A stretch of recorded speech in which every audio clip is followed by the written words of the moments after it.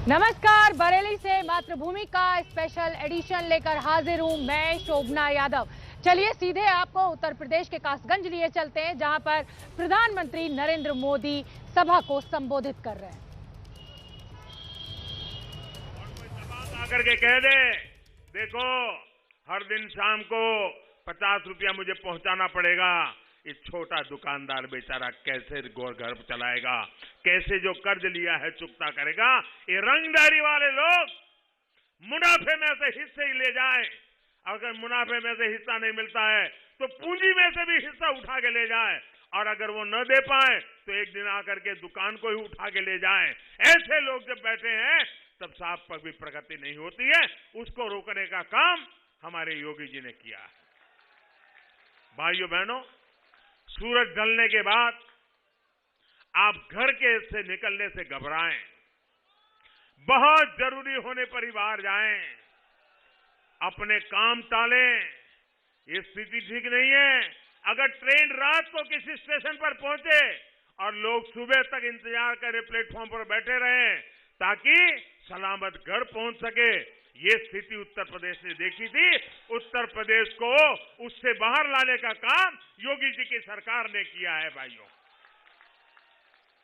UP में 5 साल पहले जो इन गौर परिवारवादियों, माफियावादियों ने जो माहौल बना दिया था, उसके खिलाफ योगी जी ने बहुत बड़ी लड़ाई लड़ी है। भाइयों बहनों, जीवन में सुरक्षा ये छोटी चीज नहीं है। जहां हालत बिगड़े हुए हैं वहां दशक निकल जाते हैं, कानून राज स्थापित नहीं होता है, बहुत मेहनत पड़ती है। योगी जी ने ऐसी कठिन स्थिति में से उत्तर प्रदेश को बाहर ला करके 5 साल के भीतर भीतर कानून का राज प्रस्थापित करने में सफलता पाई है। बहुत बड़ा बदलाव लाए हैं और आगे भी इसको और पक्का करेंगे, ये मुझे पूरा विश्वास है। भाइयों, योगी जी ने यूपी में सुरक्षा का जो माहौल दिया है, उसने समृद्धि का नया द्वार खोल दिया है। समाज का हर वर्ग मेहनत करे, उन्नति करे, इसके लिए जो माहौल जरूरी है वो माहौल योगी जी की सरकार ने दिया है। कासगंज, एटा, फर्रुखाबाद, हाथरस, फिरोजाबाद, कन्नौज सहित इस पूरे क्षेत्र के लिए भी ये सबसे बड़ा संकट था। इन क्षेत्रों के छोटे, लघु, कुटीर उद्योग, हमारे व्यापारी उद्यमी साथी भी इन अपराधियों के कारण, माफियाओं के कारण परेशान रहते थे। इसलिए योगी जी की सरकार ने कानून के राज को सबसे बड़ी प्राथमिकता बनाया और उन्होंने करके दिखाया है। गुंडे माफिया को उन्होंने खोज करके जेल भेजा, उन पर कार्रवाई की। कभी कभी लोग पूछते हैं कि योगी जी जुल्म कर रहे हैं, योगी जी जुल्म कर रहे हैं। आप मुझे बताइए भैया, क्या ये माफियाओं को जेल में भेजना चाहिए कि महल में भेजना चाहिए? ये गुंडों को जेल भेजना चाहिए कि महल में भेजना चाहिए? योगी जी ने सही किया कि नहीं किया? सही किया कि नहीं किया? यही करना चाहिए ना, तभी तो सज्जन व्यक्ति जिंदगी जी सकता है। भाई, ईमानदार आदमी जो मेहनत करता है वो तभी जी सकता है। बरेली के लोग भी आज हमारे साथ जुड़े हुए हैं, वर्चुअली वो भी हमारे साथ बात कर रहे हैं। बरेली को तो कैसे बार बार दंगों की आग में झोंका गया, ये भी हमने देखा है। भाइयों, पहले ये हालत थी कि लोग अपने पर्व त्योहार तक शांति से नहीं मना सकते थे। दबंग, दंगा और माफिया राज को अब हमें यूपी से हमेशा के लिए बाहर कर देना है। पूरी तरह आप लोग इस बात का भी ध्यान रखिए कि इस बार भी इन गौर परिवारवादियों ने ऐसे अपराधी चुनाव के मैदान में उतारे हैं जो आप लोगों से खार खाए बैठे हैं। ऐसे लोगों को वो नेता बना रहे हैं माफियाओं को, गुंडागिर्दी करने वालों को, ऐसे लोगों को वो नेता बनाने के लिए निकले हैं।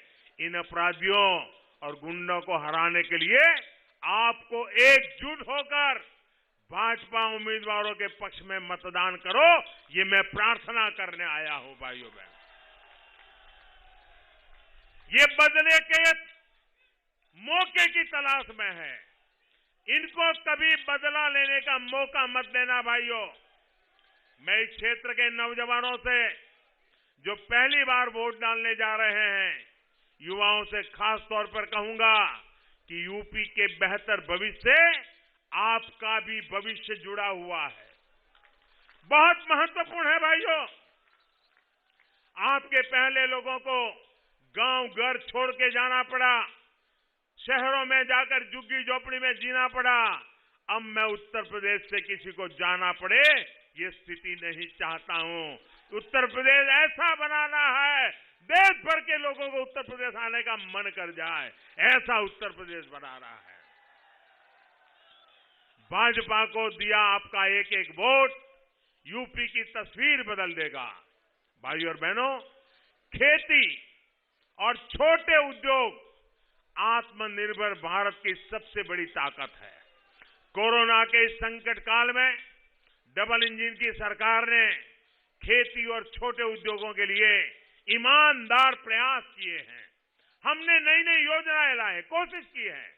दुनिया भर में हाहाकार मचाने की वजह से भाइयों बहनों, खाद की ये जो कोरोना के कारण जो सप्लाई चेन सब खत्म हो गई, डिस्टर्ब हो गई, इसके कारण खाद की, कीटनाशकों की सप्लाई भी बहुत प्रभावित हुई।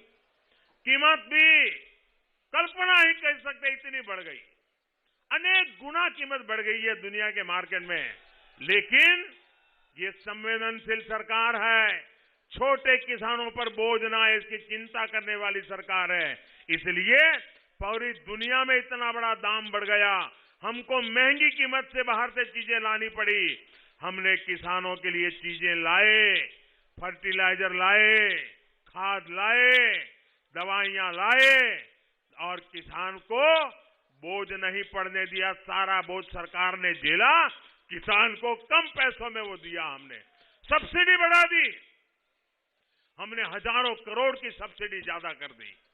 इस बजट में भी 1 लाख करोड़ रुपया, मेरे छोटे किसान भाइयों बहनों सुनिए, 1 लाख करोड़ रुपए से ज्यादा खाद सब्सिडी के लिए हमने रखा है, ताकि अगर आगे कोई आफत आ जाए तो भी मेरे किसान को कोई मुसीबत ना आ जाए। इसका प्रबंध हमने आज अभी से किया है। छोटे किसानों को पीएम किसान सम्मान निधि से जो हजारों रुपए इस दौरान मिले हैं, उससे भी उनकी बहुत बड़ी मदद हुई है। छोटे किसान के लिए हर समय जब भी उसको खेती की जरूरत है, तुरंत 2000 रुपए उसके खाते में जमा हो जाते हैं और साल में बार बार ये काम होता रहता है। इसी का परिणाम है कि उत्तर प्रदेश के किसानों ने रिकॉर्ड उत्पादन करके दिखाया है भाइयों, और सरकार ने भी किसानों से एमएसपी पर। तो शाम 6 बजे बरेली से डिबेट की डबल डोज देखना बिल्कुल ना भूलें। मेरे और रोमाना के साथ जमीनी मुद्दों की होगी जमीन से पड़ताल लाइव। बने रहिए हमारे साथ, देखते रहिए एबीपी न्यूज। फौरन लौट रहे हैं।